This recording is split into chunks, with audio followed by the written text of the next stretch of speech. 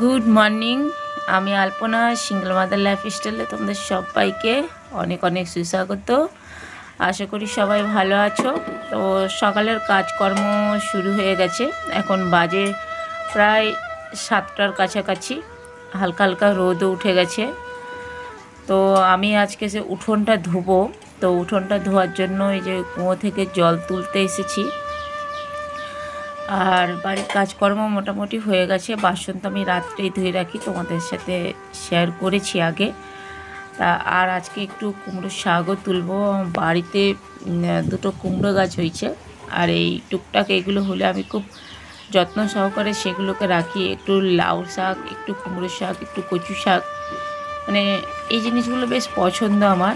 তো অ্যাকচুয়ালি কুমড়োটা মানে বাড়িরই খাওয়া হয়েছিল। সেই বীজটা ফেলা হয়েছিল, সেই বীজেই বর্ষার জলে গাছটা হয়েছিল।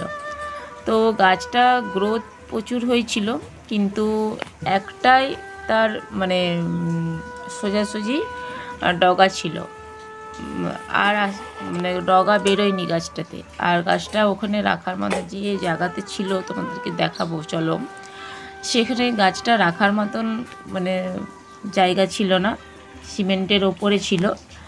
তো সেই জন্য গাছটা মানে এদিক ওদিক হয়তো ডালপালা বেরোয়নি, আর কুমড়ো হয়নি গাছটাতে ওটা। কিন্তু ভালো ফুল খেয়েছি, প্রায় দিনই ফুলের বড়া খাওয়া হতো গাছটাতে। 2-3টে করে বা একটা ফুল ফুটেইছে। তো জল তুলে উঠোনটা আগে ধুয়ে নিব, তারপরে কুমড়ো শাকটা কাটবো। কারণ ওই জায়গাটা এবার ভাবছি শাকটা খেয়ে গাছটা তুলে দেবো, বাকি গাছটা, আর ওই জায়গাটা একদম ক্লিন করে দেব। কারণ এবার তো শীতকাল আসছে, টুকিটাকি ফুল গাছ লাগাতে হবে।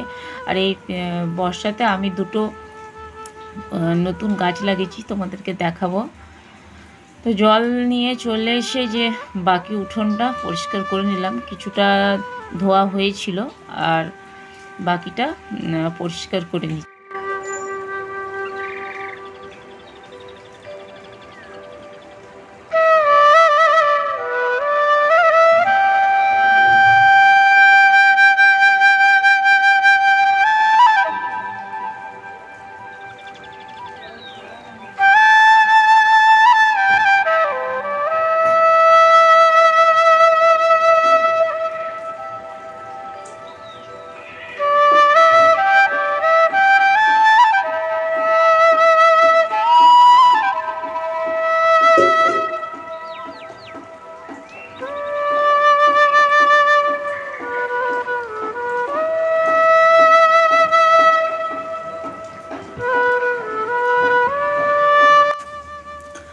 উঠোনটা ধোয়া হয়ে গেছে, এবার কুমড়ো গাছটা কাটবো। চলো তোমাদের গাছটা দেখায় যে গাছের কোনখানটায় হয়েছে। এই দেখো, গাছটা এইখানটায় হয়েছিল, একটুখানি মাটি আছে এই জায়গাটাতেই। তবে গাছটা মানে লম্বা হয়েছে, কিন্তু ডালপালা ছাড়েনি, যেটা তোমাদেরকে আগে বললাম। তো এই দেখো, তো গাছটা যে একটাই ডগ আছে, তো ওই ডগাটাই আমি কেটে আজকে রান্না করব। আর ওই সাইডে একটা কুমড়ো গাছ হয়েছে ওই কোনটাতে, তবে ওটার গ্রোথ ভালো আছে। দেখা যাক ওটাতে কুমড়ো হয় কি না। না হলেও কোনো অসুবিধা নেই, কারণ শাক আর ফুলটা তো অনায়াসেই খাওয়া যাবে। তো সেজন্য যে কুমড়ো হতেই হবে এমন নয়। আর আমাদের এইদিকে কুমড়ো শাক কিন্তু কেউ খায় না, মানে খুব কম মানুষই কুমড়ো শাক খায়। গ্রামের মানুষ তো খায় না, এই আমি মনে হয় খাই। এদিকের মানুষ এই লাউ ডগা, কুমড়ো ডগা এইগুলো কিন্তু খায় না। আর সেজন্য লোকের বাড়িতে যদি কুমড়ো গাছ, লাউ গাছ থাকে, আমার তো ভীষণ লোভ হয়, কিন্তু চাইতে পারি না। কারণ আমি জানি তারা দেবে না, কারণ মানে ফলন্ত গাছে ওরা ডগা কাটে না, এই আর খায়ও না তাছাড়া। আর এই দেখো, এই জবা গাছটা এবারের বর্ষাতে এনে লাগিয়েছি। কালারটা হচ্ছে দুধে আলতা কালার। দুটো এনেছিলাম, আর একটা দেখাচ্ছি। আর গাছটাতে কড়িও এসেছে। গাছটা একটু ছোট ছিল, একটু বড় হয়েছে, মানে নতুন ডগা বেরিয়েছে। দেখো কচি কচি পাতাগুলো। তবে আমার উঠোনে গাছ রাখা খুব মুশকিল। গরু ছাগলের জন্য গাছ রাখতে পারি না। যদি আমার বাড়িতে গরু ছাগল নেই, লোকের গরু ছাগলে এসেই এই গাছগুলো খেয়ে যায়। এই জন্য গাছ লাগাতে মানে মন করে না। এত যত্ন করে দেখো গরু ছাগলে যদি খেয়ে নেয় তখন মনটা খারাপ হয়ে যায়। আর এই যে এটা হচ্ছে সাদা, এটা তো একবার খেয়েছে ছাগলে, দেখো তোমরা দেখেই বুঝতে পারছো, দেখো ছোট ছোট পাতা বেরিয়েছে আরও, এটা ডোগাগুলো সব খেয়ে নিয়েছে ছাগলে। আর একবার দেখে গেলে না সেই গাছটাকে বারবার খেতে আসে। আর এই যে কুমড়ো গাছটা এইভাবে ডোগা ছেড়েছে, মানে ওটার গ্রোথটা ভালো আছে।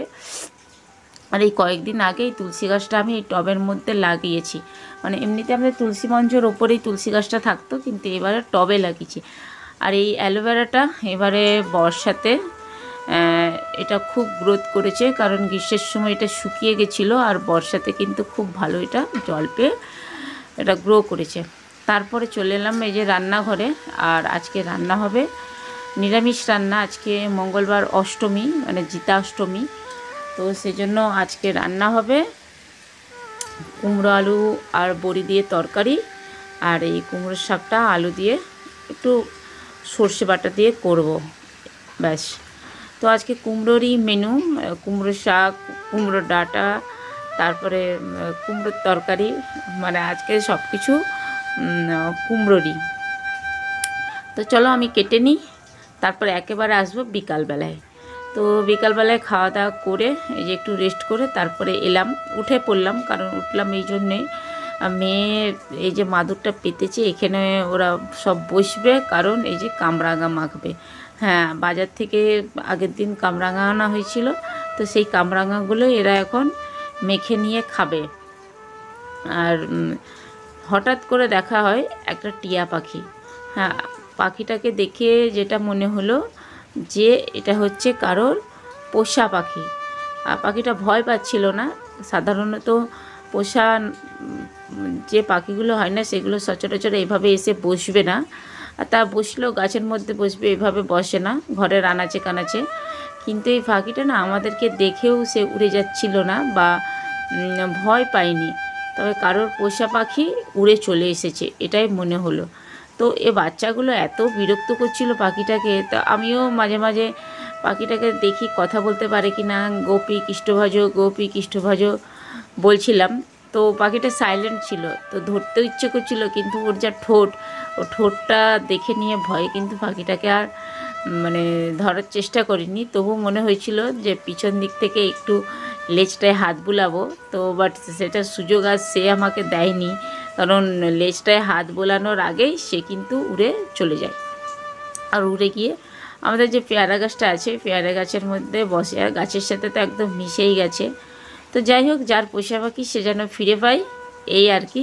তো চলো আজকে ভিডিওটা এই পর্যন্ত, সবাই খুব ভালো থেকো, দেখা হবে নতুন একটা ভিডিওর সঙ্গে, টাটা।